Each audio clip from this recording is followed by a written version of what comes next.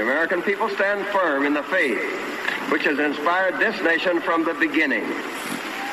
We believe that all men have a right to equal justice under law and equal opportunity to share in the common good. We believe that all men have the right to freedom of thought and expression. We believe that all men are created equal because they are created in the image of God. From this faith, we will not be moved.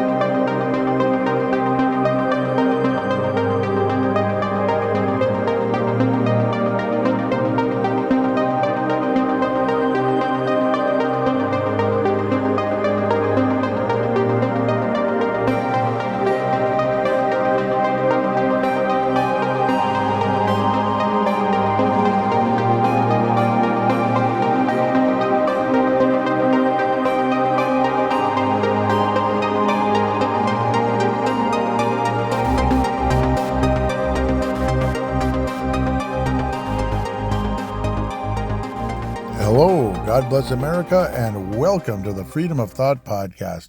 I am your host, Paladino Joey, or Joey Awajan. Freedom of Thought is available on all of your favorite podcasting apps. I thank each and every one of you once and always for downloading and listening to this show. I hope you like the way the show is kind of going, and generally speaking, so don't worry, it's not like politics are going to be gone. Just saying that obviously this other, just kind of, broadening the show, that's all. And let's just say a close friend of mine, I won't give out his name because he maybe doesn't want me to, compares it to Coast to Coast. What an amazing comparison, but obviously not at the same quality and all that. I mean, I'm not going to say I'm as good as that. No. But I mean, in terms of how it's like politics, but also a lot of this other stuff going on out there. So that's kind of, like why the heck not? Rather than split the show up into multiple different kinds of shows. I have enough podcasts. But today, well, the good news is obviously a big win for us Trump supporters out there is that the Supreme Court voted 9-0 against the against Colorado being able to take Donald Trump off of the ballot for a presidential election in 2024. So massive victory, because obviously it's not like the whole Supreme Court is conservatives and Trump supporters. They're recognizing that that's utter nonsense. You just can't do that. And plus, Trump was never convicted as a insurrectionist because there was no insurrection from Donald Trump. There were some inside job funny business going on, but to call that a flat-out insurrection, that's just a bunch of nonsense. So those people can, they can eat crow now as much as possible. And I hope they're enjoying the crow they're eating, all these loud, crazy people. So this one will be a political specific show because it's going to be a short kind of little, not rant, like more of a rave, honestly, because it's a good day. Oh, crime in Italy. Because I want to look up something Keith Olbermann said. Like, what an absolute moron, honestly. That didn't take long, just 3 letters. I wish I could see it. Oh, yeah, there it is, pinned. He made sure that we all see it. So thanks, Keith. Thanks, Keith. He's so proud of the psychotic nonsense that he's spewing out. Just the absolute... I mean, okay, let's just read it. Yeah, it's so terrible. Yeah, and I just don't even get to the point. Keith Olbermann, I believe he used to be on ESPN as like a sportscaster. Yeah, tells you what kind of people they've had.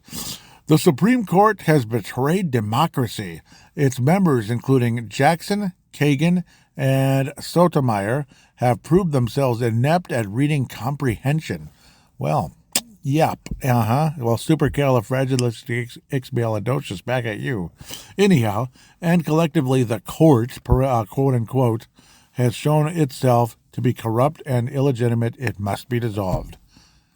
Really? So the Supreme Court must be dissolved because they didn't favor, according to your point of view? No, it's because that's just flat out fascism. Your point of view would have been flat out fascism. You can't just scrape somebody off the ballot just because you don't like him. I mean, I'm sorry, buddy. Sorry, Keith. You're the same guy who was, talking about Russian scum, Russian scum. He was screaming and going berserk and wrapping himself in the American flag while doing it. And it's like, well, like Russia might not be the cleanest, most honest, sweetest country in the history of the world. But you know what? I think they're a hell of a lot better than, let's say, Ukraine. At least the government of Ukraine. I have nothing against the actual people of Ukraine, but the government of Ukraine. And, of course, the other people in our government that have been kissing their ass and forking over money to them the last several years now, billions and billions of dollars, billions and billions, as Trump might say, of dollars going to Ukraine, the Ukrainian government. And the Ukrainian people are saying we haven't seen anything. They haven't seen a penny. They haven't seen nothing, or like whatever the currency might be over there. I don't know if it's rubles. I know it is in Russia, but in Ukraine, they haven't seen a dang thing. So where's the money going? Into the pockets of corrupt people. That's where it's going. Kind of like why secretly, people like the Clintons, the Obamas, the Bidens are worth hundreds of millions of dollars. When you might look them up maybe and they're, they're worth like, about 5-10 million. They're rich, but they're like, modestly rich. No, they're worth hundreds of millions of dollars. I wouldn't doubt Dr. Fauci's probably worth like $400 million or more. He probably is. Like, think about how much he made off of those, off of something. You can guess what it is. So off of certain, off of vaccines and such. That's all you need to know. Think about how much he made off of vaccines. You don't think he got something for that? Oh, he did. Oh, he did, my lord. My lord. So, it's pretty crazy. But, yes, it's a good day for America. It's a wonderful day for America that the Supreme Court didn't even vote didn't even have one single Supreme Court judge voting in favor of taking Donald Trump off the ballot in Colorado. So that could also say people here in Minnesota that were trying to do the same thing. No, that's okay. We're gonna pass on that because that's kind of crazy. So, also kind of like similar to a post that was out there on Facebook that I was able to also post on the Facebook page for Freedom of Thought. Facebook.com/Freedom of Thought 1776 on Facebook. Just one post. It's a multitude of people. Almost looks like a carpet. It's so many people, right? And then there's one person that would be me and you or whoever, right? Yes, you all were wrong. And it says, that's what life felt like in 2020. Yes, you all are wrong. Every one of you is wrong. Yeah, you are. Men, women, and children, you're all wrong following this, following all these lemmings that want to just wear masks and all that and go crazy and, panic over a virus that was real, but did not need that level of panic. Like a screaming lunatic locally, that I couldn't stand anymore. Like, dude, shut up! Henry Lake. Like, this is what I wanted to tell Henry Lake, and I still want to tell him that every time I haven't listened to him in a long time, but if I listen to him again running his big mouth, this is what I tell him basically is, shut the hell up and drop dead, basically. Just drop dead, shut up, and get out of my face. Like Michael Savage would say. It's nuts. Just drop dead, shut up, and get out of my face. Shut up! That's pretty much what I'd want to say. Yeah, so you get the idea there. Other than that, though, this is kind of a short one. This is just a little shorty, just celebrating the fact that, Trump is going to be on the ballot throughout the United States. At least I'm pretty sure, because, I got to think it would be met with the same exact vote. And, all we can say now is, I guess liberal tears, I guess. We can drink liberal tears in our coffee or whatever, pop champagne or whatever the heck. So this might have been, like I keep talking about, that Jeremiah Johnson dream way back in, was it March? Well, he talked about it in March 2020. I don't know if that's when he had the dream. It was around that time, I think, where it was like a vision of, Trump with the, Trump wearing a Babe Ruth jersey in Yankee Stadium. The pitcher on the mound was a very slender, demonic man creepy. That was the guy who was going to pitch. But then you look up on the scoreboard or whatever, and you look up at the balls and strikes. It was 3 balls and 2 strikes. And I keep coming back to that. Balls and strikes. I think that was way more significant than was probably initially thought. Most people were like, okay, Trump hit a home run when the guy was going to throw a fastball to strike Trump out, right?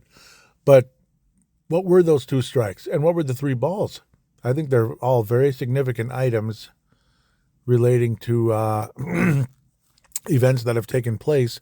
Some have taken place, maybe ones haven't yet, but probably most have taken place already, like the, Russiagate, like this whole thing with, there was no evidence, right? Russiagate, these strikes against him, like these sexual harassment, whatever the heck, stuff like that, thrown at him, like strikes. They're trying to strike him out with this kind of nonsense, be it real or false.